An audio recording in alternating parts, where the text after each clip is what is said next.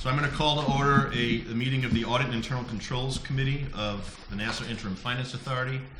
It is 10 minutes to 7 on April 18th. The agenda is before the members of the committee. I will point out that the members of the committee who are present are myself, Adam Barsky, and John Buren.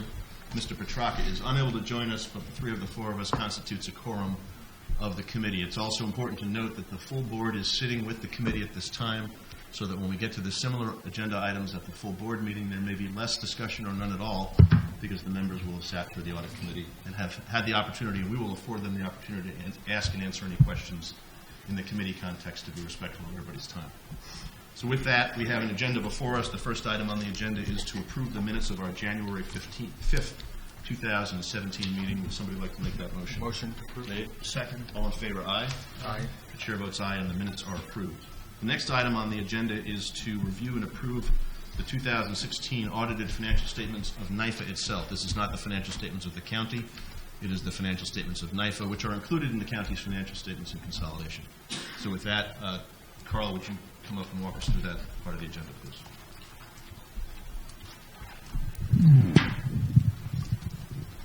Thank you and good evening. I've prepared the financial statements for the year ended December 31st, 2016, with the assistance of Albrecht, Vigiano, and Zurich, our outside accountants. What remains at this point in time is the approval of the audit committee and then of the full board of directors, after which we can file the reports with the regulatory authorities. I'll let Jen Katz, our engagement partner, take you through our financial statements in greater detail if you wish, but I'll summarize our results. Our net position improved by $140,116,000, which was primarily brought about by paying $137,956,000 in debts with sales tax receipts. This trend will continue as we withhold from sales tax receipts to service our debt. Our net position is now negative $792,030,000 and will continue to decrease as we continue to reduce our outstanding debt, which was $783,650,000 at the end of last year. There were no major events or major pronouncements that materially affected our past audit engagement. GASB 72 changed the method by which we value our swaps, but the effect was not material and the change did not affect our net position. The brevity of my comments speaks to the nature of this past audit engagement, which was uneventful. I'm happy to answer any questions before asking Jen to join the presentation. Thank you, Carl, and thank you for your presentation and for getting the board the materials in advance. I should also have noted that each of the board members has had opportunity in advance to review and comment on the financial statements and any of the ancillary materials, so that may also limit the commentary we have or the questions that we have at this meeting. But I would agree, Carl, that your staff of you and with the assistance of Albrecht is to be complimented on putting together financial statements, and we'll hear from RSM shortly. You have my thanks, and I suspect the board's thanks for getting us done and getting us done on time. And all uneventful audits are good. It's a good kind of uneventful. We appreciate that.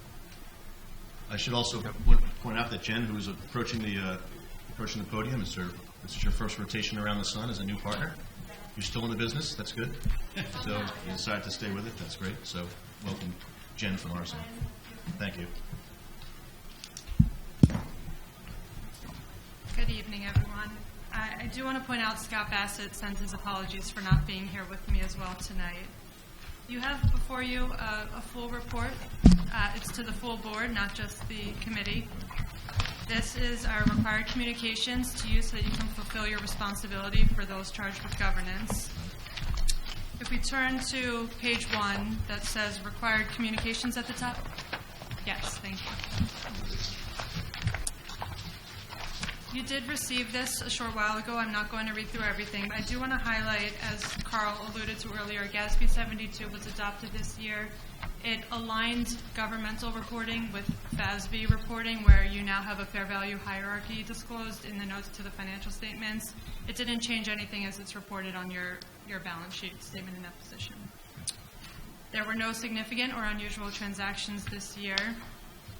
Pleased to report that there were no audit adjustments or uncorrected audit adjustments for this year's audit. Not just immaterial, none at all. No. Okay, good. Some that we would consider clearly trivial, so below a scope that we would present to you, and none that would have been material that we presented to you and show you that it didn't need to get recorded because it's still immaterial. So very, very small. Thank you. Thanks for clarifying that. There were no significant issues discussed during the audit, and I want to commend management. We had their full cooperation, and they provided everything that we requested very timely, which allowed us to meet this meeting date with the financial statements. If we turn to page 3, summary of significant accounting estimates. Your financial statements do contain estimates, other post-employment benefits, and the fair value of the interest rate swaps being the two significant ones. Based on the audit work that we performed, we concluded that management's estimates in these areas were reasonable. And lastly, we've attached for you a draft of the management representation letter. This is the letter that we asked management to sign. It's typically the final step in addition to your approval before we can issue the final audit opinion for the financial statements. Our opinion this year is going to be an unmodified or clean opinion. I'm glad that trade is now referring to them as unmodified instead of unqualified. Yes. Nobody understood that was a good thing right before. So So with that, I'll turn it over to any questions you may have. 2, on the rep letter, I typically will ask this. Is there anything in the rep letter that is unusual and that you're using to help break a tie or solve an issue that you could otherwise not resolve? No. So it's standard. There's not, yeah. During the course of the audit, were you able to get answers, documentation, or evidence to support balances, assertions, or any other financial statement elements that to your satisfaction? Yes. There never came a time where that wasn't the case. No. Okay, and I should just point out for the record that at the earlier meeting where we commissioned RSM to do this audit, we made clear to them that should that have occurred, they had redress through the audit committee, and that no such occurrences happened during the course of the audit or before since. Yeah, certainly. Any other questions for Jen, either from the committee or the board? And I just have one last question. If there's any subsequent events or significant matters that you think need to be reported to me at this time. I'm not aware of any, and I don't think the minutes would suggest, or the agenda would suggest that you're going to find any tonight. Thank you. Thank you. Thanks. With that, the resolution before us is to approve these financial statements and to recommend that to the full board. Would somebody on the committee like to make that Motion to... made? Second? All in favor? Yeah, aye. Aye. Chair votes aye. That is approved. I think that is the sum of our. Do we also have to take a separate resolution on the statutory reports? Yes, a that's separate action resolution. item 3. So it's item 3. So there's a separate resolution to approve the statutory reports that are a part of and supplementary to the audited financial statements. Would somebody like to make that motion? Motion. Second. All in favor? Aye. And the chair votes aye, and that passes as well. And then the final item on the agenda is to review and approve investment guidelines, which is really to re-implement standing investment guidelines and to pass those to the board for their action as well. That is item 4. Would somebody like to make that motion? That's motion. Second. All in favor? Aye. Aye. I vote aye. That passes as well. Finally, on the agenda, we have discussion items, which are the 3-month budget versus actual results for NIFA itself, and the annual internal controls review. Would you like to walk us through those briefly, Carl? The operating revenues and expenses for the 3 months ended will show the activity purely on a cash basis. And you'll see that for the first 3 months, we've incurred 17% of our annual budget in the first 3 months for operating expenses. The control period expenses are at 19%, and overall we're at 17% for the year. So there are no anomalies.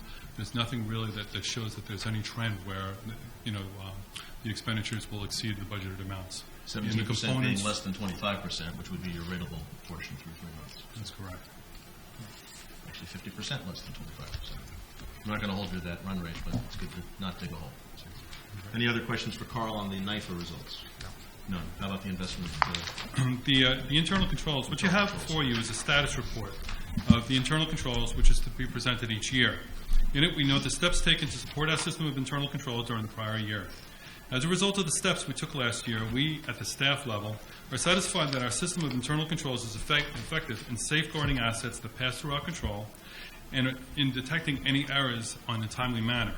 The purpose of this report is to inform you of the status of our internal control system, and no action is required on your part.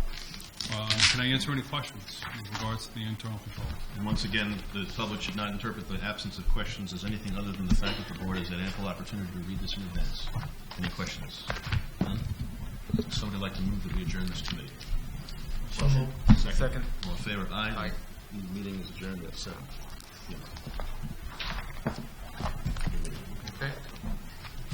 So now we'll switch gears and we'll go to the full board of NIFA for the Tuesday, April 18, 2017 meeting. First item on the agenda is the approval of the minutes of March 7th, 2017. Made. Is there a motion? Made. Second. All in favor? Aye. And Excuse we me. will go The to, chairman abstaining. I wasn't at the meeting. noted. 4 passes. Now we'll go to items 2 and 3. Or we're going to go through 2. Yeah, Mr. Chairman, the audit committee met earlier and has recently adjourned, and the full board was present to discuss, if they chose to, any of the questions and answers they might have with regard to the financial statements and the annual reports. We reported favorably on that to the full board, voted unanimously to do so, and I would move items 2 and 3 as a block. Is there a motion? Made. Okay, second. Second. All in favor? Aye. Aye. That motion carries. Okay, next is the adoption of, the next is for the full board is readoption of current guidelines, whether it be the investment guidelines, the procurement contract guidelines, property disposition contract guidelines, and the readoption of the code of ethics. There have not been any material changes to these policies from the last time they've been adopted, and I would entertain a motion to approve. They did that as, We did 2 Yeah. and 2 and 3 together. So I would entertain a motion to do these as a block as well. Is there a motion? Made. Second. All in favor? Aye. Okay, motion carries. The next is the consideration of the county request to partially restore funding to NICE bus contract. And this has to do with a cut that occurred in the budget process for some of the routes of the bus contract, which have now, the county has now come back and proposed that this $2.8 million previous reduction will be filled with a new revenue that is received from the state, $1.3 million, and funds that will be generated from $1.5 million in a reduction of an expense to backfill that cut. If there's anything else anybody wants to say on this or any other questions on it, I think it's in keeping with the spirit of the previous resolution that the NIPA board has passed regarding the previous cuts that we did require. So if there's no other questions on it, I would entertain a motion. I'll move it. Second. All in favor? Just on the motion, real quick, I would only observe that while it is unusual that NIFA would consider a $1.5 million item, which is 0.05% of the county budget, the only reason we need to do that is because the county's elected officials haven't balanced the budget. If they balance the budget, they won't have to come to NIFA for inconsequential items such as this. All right, so noted. Is there a second? A second. All in favor? Aye. Any opposed? Okay, the motion carries. The next item on the agenda is the consideration and approval of the county's general obligation bonds and bond anticipation notes. Jeremy, would you like to? You have the materials given to you prior to the meeting, which lists the projects. But very briefly, the county wants to raise approximately $134 million in bonds and notes. As explained in the materials, members of the county staff are here if you have any questions about the specific projects. The projects which are listed, however, are consistent with the financial plan and have all been approved by the legislature. The only other thing I wanted to note is that over the years we have pushed back on the county's request for borrowing, and even without this borrowing, we estimate we have pushed back on $450 million of borrowing, which would have taken place had we not carefully scrutinized what was being requested. So in sum, this is a request for approval again of $134 million in bonds and notes for the county. I'll move it. A second. All in favor? Aye. Any opposed? Okay, the motion carries. The next item on the agenda is the consideration of an extension to a previous order from NIFA requiring the county to compile certain labor-related documents. Jeremy, would you like to describe what the order was, where we are, and what we're Sure. asking the county to do from this point on? Well, in late November, the board ordered the county to provide us with comprehensive copies of all their labor agreements. The county said that it was difficult to meet the original timeline which we had put in our order, or your order, so our original order was extended until the end of April. As of the end of April, the county is still working on compiling the necessary documents, and we have told the county, and we have also told the unions, that we are not going to consider any new labor negotiations or terms of any new labor negotiations until we actually receive copies of those comprehensive documents. To help us analyze what has or has not been accomplished by the county, our outside counsel, Von Schenek, is meeting with the county and their outside counsel at the beginning of next week. They will give us an analysis of how much has been accomplished by the county or not. But the piece you have in front of you extends our deadline till May 15th. Then after May 15th, it allows you to do whatever you think is appropriate, including but not limited going to court to enforce our order. So again, to summarize, what you're doing now is extending the deadline until at least May 15th for the county to produce these comprehensive documents. Yes, and Jeremy, we've asked if somebody from the representing the county would come down and talk to us about the status. Do we have somebody here? Well, there is someone from the county. Yes, actually, Lisa Curto was here. I told her she probably wouldn't have to speak, but now she knows her trip was worthwhile, so I'm sure she's happy to speak.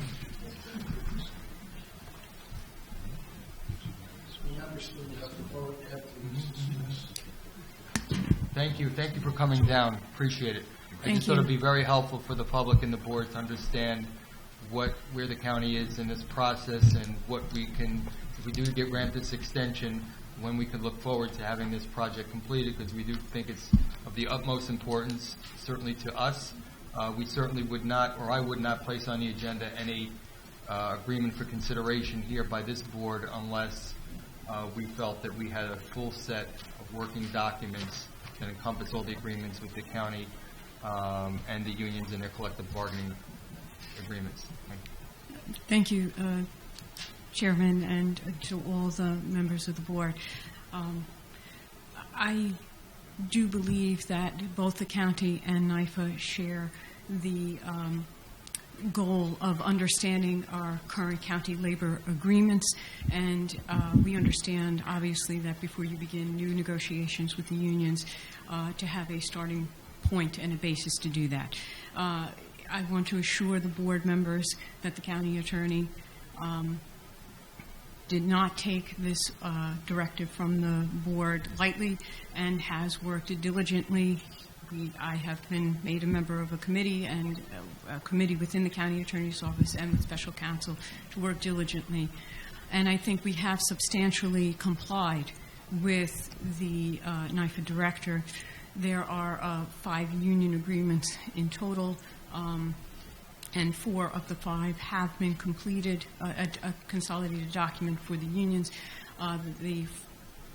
Those 4 documents have been submitted to the unions for their review and consideration, and we are continuing to follow up with them to get their assent and consensus with it.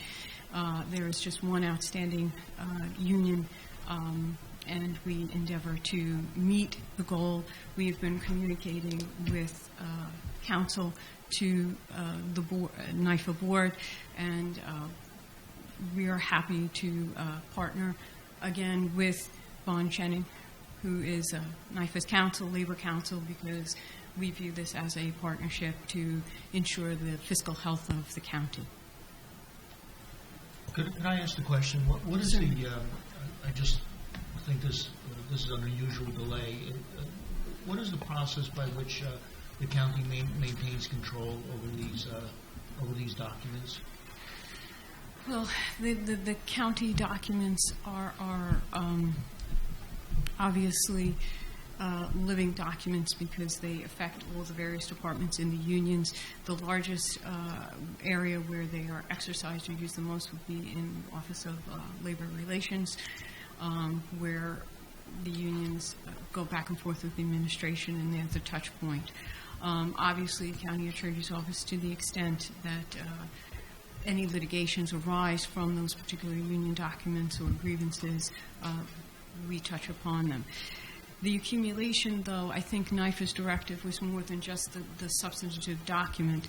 I think the agreement or the consolidated document that NYFA is really looking for is, it's a living document that has arbitration awards, which are interpretations of the document and how those impact and may either amend or change the documents over time.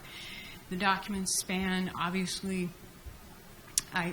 part of the scope of this project is involved looking at contracts that go back over 30 years and gathering every arbitration award, as was the directive, side agreements that would directly impact that document. Some of that requires great discretion or making sure, because we are going to go with the unions and getting their assent and agreement to it, is we want to make sure that we've footnoted, so to speak, that every line in the document is supported and was based on a true agreement or a past resolution. So that has been the process going into creating the document that you've asked us to provide to you so that you can go in with a base starting point. Thank I you. hope that answered your Thank you. question. Lisa? Yes. I have a couple questions, I think. First is, did I hear you correctly that 4 of the 5 unions have agreed to, signed off on consolidated documents that in accordance with what NYFA asked for? To clarify, we have submitted to the unions what the county believes is a consolidated agreement. They have received the documents and they are reviewing it. They have communicated to us. Obviously, it is a voluminous document, and while it is a representation of what we believe the county and the unions have agreed to, they have asked for some time to digest it. I know one union has come back to us and said they've already formed a specific committee to go through all the details of the document. We have invited them to, if they have particular questions on it, we will at some point meet with them to address those questions if they have them, and we hope to have consensus. You're aware of the correspondence that NYFA received from one of the unions indicating what a slow process this was, as far as they were concerned? I don't believe I saw that correspondence. Their But suggestion was that they had only heard from the county for the first time 2 weeks ago. it depends on which union you're. So that's possible that among 5, one of them might not have heard from you before 2 weeks ago?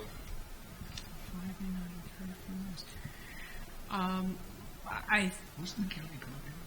I'm not quite sure I understand the question in terms of The question was, at what point did somebody from the county reach out to the unions to ask them to begin the process of being able to confirm their understanding of the complete set of the agreements? Was it only recently, or was this or communication happened prior to recently, or only when you finished your compilation, or was it in advance? I understand.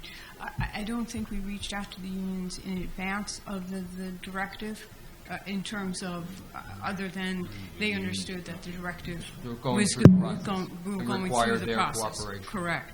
And then we did send out, when the document was complete, we sent out a cover letter explaining that we would like their participation and to get back to us. We have, subsequently, we did follow up with them too, because Right. we did not get an immediate response. We didn't expect an immediate response, but we wanted to give us somewhat of a little bit of the time to digest it, given the breadth of the document. Right. I mean, while, this may seem ministerial and arcane, we think this is actually a very critical and important issue, regardless how labor-intensive and how far back you have to go look, because these agreements expire at the end of the year. This is the most critical agreement that the county has represents the largest expense to the budget, and we don't know how in good conscience we can consider anything to go forward without everybody having a full set of agreements that we all agree to what is in place as our baseline. But I just want to make sure that you share in the concern and the importance of this effort. Absolutely. Absolutely, sir. Chairman, if I can make a comment? Sure.